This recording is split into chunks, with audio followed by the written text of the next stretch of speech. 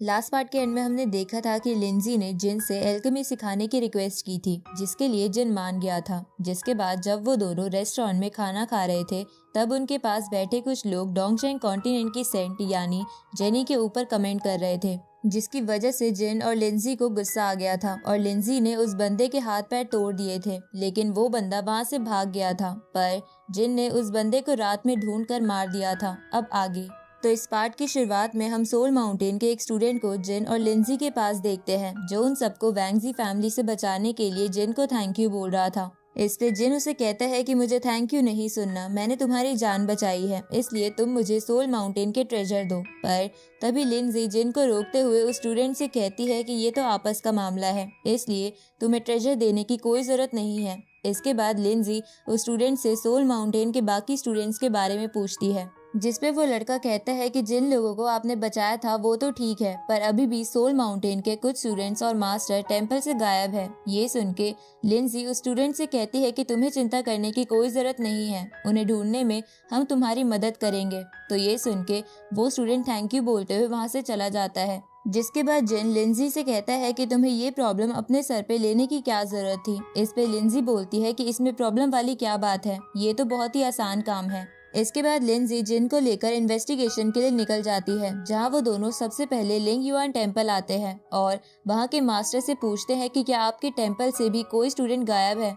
जिसपे वो मास्टर उन दोनों को बताता है कि हाँ, पिछले साल हमारा स्टूडेंट अचानक से गायब हो गया था। इस पे लिंजी मास्टर से पूछती है कि क्या आपने उन्हें ढूंढने की कोशिश नहीं की। ये सुन के मास्टर कहता है कि हमने ढूंढने की कोशिश की थी, पर हमारे हाथ कोई सबूत नहीं लगा जिसकी मदद से हम उसे ढूंढ सके, इसलिए हमने उसे ढूंढना बंद कर दिया। अब जिन और लिंजी लिंग हुआई टेम्पल में आ जाते हैं और वहाँ के मास्टर से भी सेम क्वेश्चन पूछते हैं। इस पे वो मास्टर कहता है कि मेरे एक सीनियर यहाँ से गायब हो गए थे, जिसके बाद मुझे यहाँ का हेड बना दिया गया। इस पे लिंजी उस मास्टर से कहती है कि क्या कभी आपको वैंगजी फैमिली पर शक नहीं हुआ। ये सुन के वो मास्टर कहता है कि वैंगजी फैमिली के लोग अक्सर टेम्पल आया करते थे और उनका टेम्पल के साथ अच्छा रिलेशन था, इसलिए जब तक ये हाल ही में हुआ कारनामा बाहर नहीं आया तब तक हमें उन पे कोई शक नहीं था, क्योंकि हमें लगा ही नहीं था कि वो लोग ऐसा कर सकते हैं। अब जिन और लिंजी एक शॉप पर बैठकर चाय पीने लगते हैं, जहां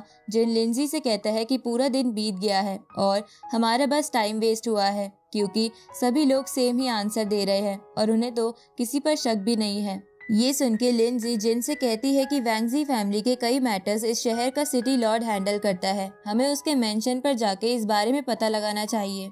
इसमें जिन उसे कहता है कि सिटी लॉर्ड कभी भी दयालु नहीं होते, तुम्हें क्या लगता है हम ऐसे ही उसके पास जाएंगे और वो हमें सब बता देगा। ये सुन के लिंजी जिन से बोलती है कि जब तक हम नहीं चलेंगे तो हमें पता कैसे चलेगा। इस पे जिन लिंजी से कहता है कि तुम्हें जाना है तो अकेली चली जाओ, मेरे पैरों में बहुत दर्द हो रहा है। ये सुन के लिंजी क्यूट वे में जिन के पैरों की मसाज करने लगती है, जिसकी वजह से जिन लिंजी को मना नहीं कर पाता और उसके साथ सिटी लॉर्ड के मेंशन पर आ जाता है। लेकिन वहाँ का गार्ड उन्हें सिटी लॉर्ड से मिलने नहीं देता और वापस भेज देता है।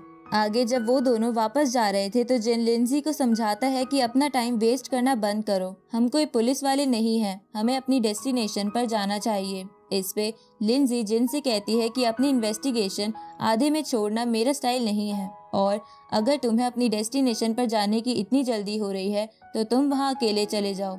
उसी वक्त वहाँ से एक बंदा गुजरता है जो लिंजी की बॉडी को देखकर मुस्कुराते हुए उसे घूरने लगता है। तो जिन ये देखकर उसे डराते हुए कहता है कि तुम्हारी आंखें सड़क पर होनी चाहिए, ना कि ब्यूटीफुल लड़कियों पर, नहीं तो मैं तुम्हें अंधा कर दूंगा। इस तरफ लिंजी जिन के मुंह से ब्यूटीफुल लड़की का नाम सुन के बहुत ही खुश हो जाती है। इधर वो बंदा जिन से माफी मांग के वहाँ से चला जाता है।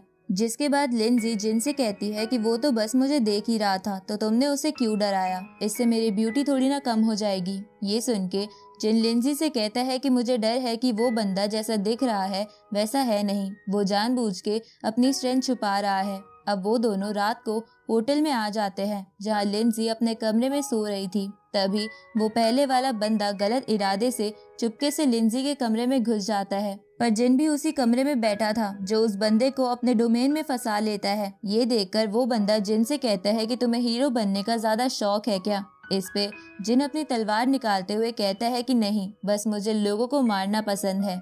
ये सुन के वो बंदा भी एक फॉर्मेशन बना के एक जैगुआर की स्पिरिट बाहर निकाल लेता है और जिन पे अटैक करता है, लेकिन जिन अपनी धर्मा बॉडी का इस्तेमाल करके उस स्पिरिट को रोकने की कोशिश करता है, पर अचानक से वो स्पिरिट गायब हो जाती है और अलग अलग डायरेक्शन से जिन पर अटैक करने लगती है। पर जिन ये चाल समझ गया था, इसलिए वो अपनी स्पेशल आई का इस्तेमाल करके उस स्पिरिट को बड़े आराम से देख लेता है और अपने 8 अटैक का इस्तेमाल करके उस स्पिरिट को दूर फेंक देता है, जिसकी वजह से वो बंदा भी इंजर्ड हो जाता है। पर वो फिर भी हार नहीं मानता और क्रॉस ब्लेड टेक्निक से जिन पर अटैक करता है, पर जिन फिर से 8 अटैक से उस बंदे को और इंजर्ड कर देता है, जिसके बाद वो उस बंदे से कहता है कि क्या तुम्हारे पास लड़ने के लिए और कोई टेक्निक भी बची है। ये सुन के वो बंदा गुस्से में एक बड़ा सा फॉर्मेशन बना के अपने स्टैचू को बहुत ज्यादा ताकतवर बना देता है और उसकी मदद से जिन के ऊपर बहुत सारी स्पिरिट स्वॉर्ड्स क्रिएट कर देता है, जो जिन की तरफ बढ़ने लगती है। लेकिन जिन अपनी बारबेरियन टेक्निक से उन स्वॉर्ड्स को डिस्ट्रॉय कर देता है। ये देखकर वो बंदा बोलता है कि मेरी ये टेक्निक बहुत ही खास थी, इससे बचना नामुमकिन था, तो तुम इससे कैसे बच गए। इस पे जिन कहता है कि मैं तुम्हें दिखाता हूँ कि असली टेक्निक क्या होती है। इसके बाद जिन उस बंदे पर इन्फिनाइट स्वॉर्ड टेक्निक से अटैक करता है, जिसकी वजह से जिन की स्पिरिट स्वॉर्ड उस स्टैचू को डिस्ट्रॉय करते हुए उसके आर पार हो जाती है, जिसकी वजह से वो बंदा मर जाता है। उसी वक्त लिंजी भी जाग जाती है और जिन से कहती है कि तुम तो सच में बहुत स्ट्रांग हो, क्योंकि तुमने तो बीजियंग कॉन्टिनेंट के टॉप 100 लोगों को भी हराया था और एल्केमी कॉन्फ्रेंस भी जीती थी। और लिंजी के ये कहते ही ये पार्ट यहीं खत्म होता है।